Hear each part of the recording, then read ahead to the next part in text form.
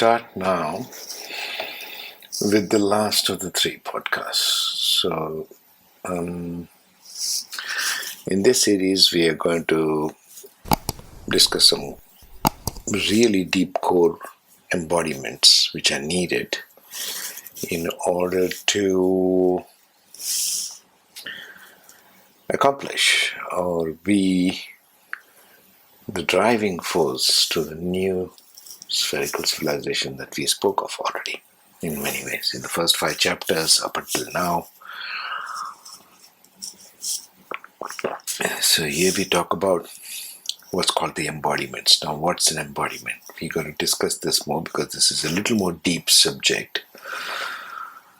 These last 3 are the core values, and it'll all come together towards the last. So just be patient. Okay, so what an embodiment is and is not. The reason why I have made this particular slide common to the next 3 podcasts is very, very important to understand this and revisit it over and over again. Let's go through it one by one, please. Embodiment does not require external proof, external manifestation, or endorsement from anyone. Embodiment means to put it in your body, in your being. You are a walking, talking set of principles. You walk the talk, so to speak, and you talk the walk, both ways, right? So it does not require external proof. You're not looking for external validation or external manifestation or endorsement from anyone. It's not external to you. Embodiment is you with you, yeah? Embodiment, second point, is not an agreement or a contract or a law or a rule or a policy. Because we are used to all these old energy constructs, agreements, contracts, law, rule, policy. Everything has to have these kinds of names associated with it in order for it to be, well, quote unquote, recognized or known, etc., etc. This is none of those things. It's about you with you. Embodiment is not a requirement, nor needs an idea or a concept. Lots of these things these days are presented as ideas or concepts, but they are not real. They're not rooted in reality. They are not there as an eternal truth. They are there just as ideas or concepts. See? An embodiment is not a requirement, nor needs an idea or a concept. It's just true by itself. And we'll see how. Embodiment is not one-dimensional. That is, it's not just a thought or a feeling or an emotion or a state of being, but all of them and more. So it's not just one thing. It can be all of these things or one or more things at the same time. Keep all these core concepts in mind. You will need to revisit this again and again in order to fully, be an embodiment of embodiment, so to speak. Embodiment is not a collective structural agreement or an institution, but an individual, an internal alignment with the true self, with all that we have spoken so far about the self, about the being, about the human being, right? So we need to understand the embodiment is not a collective structural agreement. What do I mean by collective structural agreement? Or an institution. See, all institutions that humanity has at the moment, like governance, laws, corporations, business laws, trade laws, the military, all these are institutionalized structures, right? And they require structural agreement. Everybody who has to join the institution or a university even has to have an agreement, right?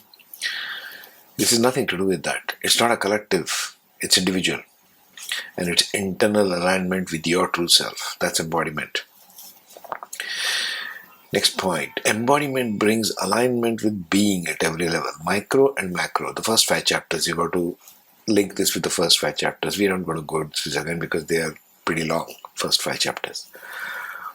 Embodiment harmonizes all within and without. As in, what is the internal being and the external being, the micro and the macro. It harmonizes everything.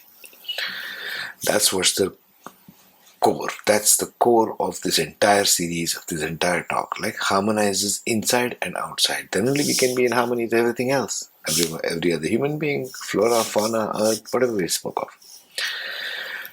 Embodiment creates natural states, pristine states of being, internal and external. So it's your natural state to be in a well embodied form, in a truthful embodied form. This is natural. This isn't the good news. It doesn't require much effort. You know that this is the natural way of being. Embodiment is an inside to outside approach, individual self to the collective. So this ties in with everything that everybody knows always, and it's told in many circles as well. But it's always you. It always begins with you.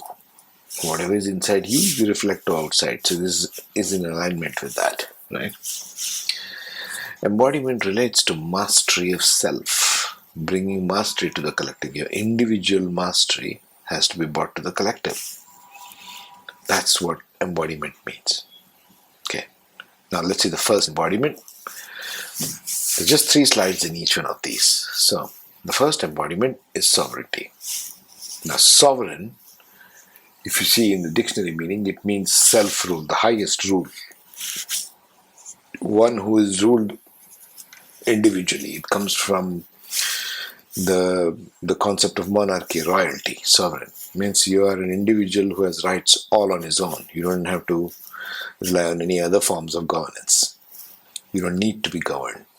The first embodiment is sovereignty. Sovereignty of whom? Sovereignty of the individual. Remember the 5 circles?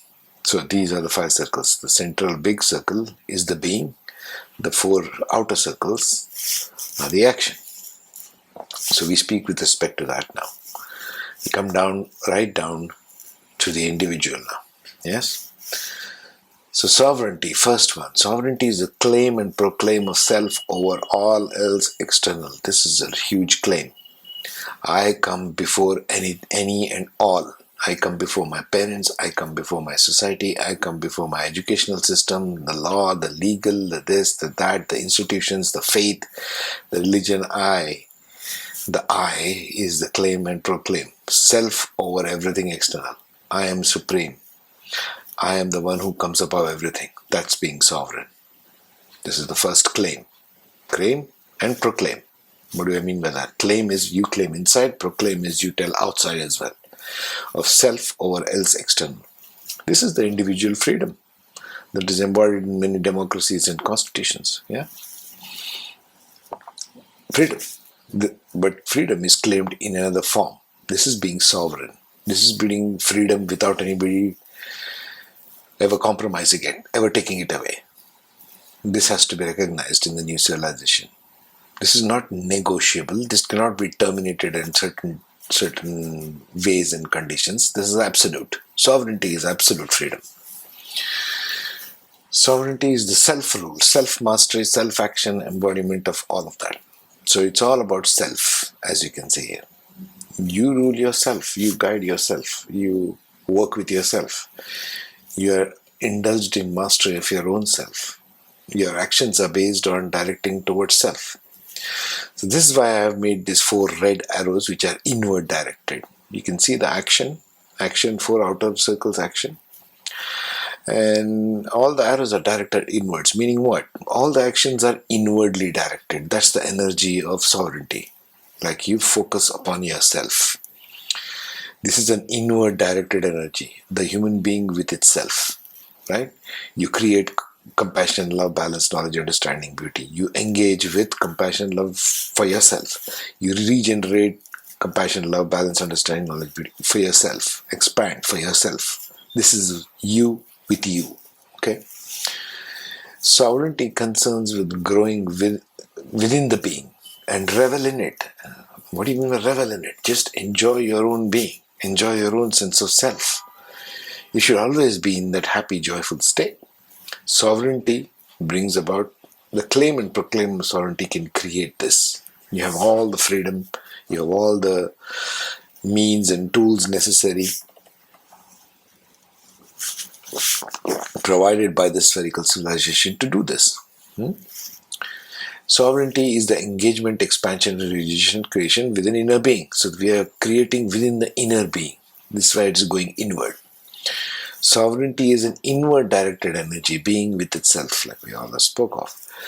Sovereignty, all of life and earth itself is the basis of new earth. So every being needs to be sovereign like this in the new society. It's going to work. It's definitely going to work. Not conditional freedom as is being touted around in democracies. You can take it away whenever you want just because you want something else. No hidden agendas. Remember, we're removing all old myth stories, everything. So it's not a freedom subject to conditional contracts, laws, or legal bindings. Remember we spoke, embodiment is not a law. It's absolute. So when we start embodying this first thing in the new civilization, we can create a truly wonderful, wonderful world. This is one of the first one. Let's speak of the next one now.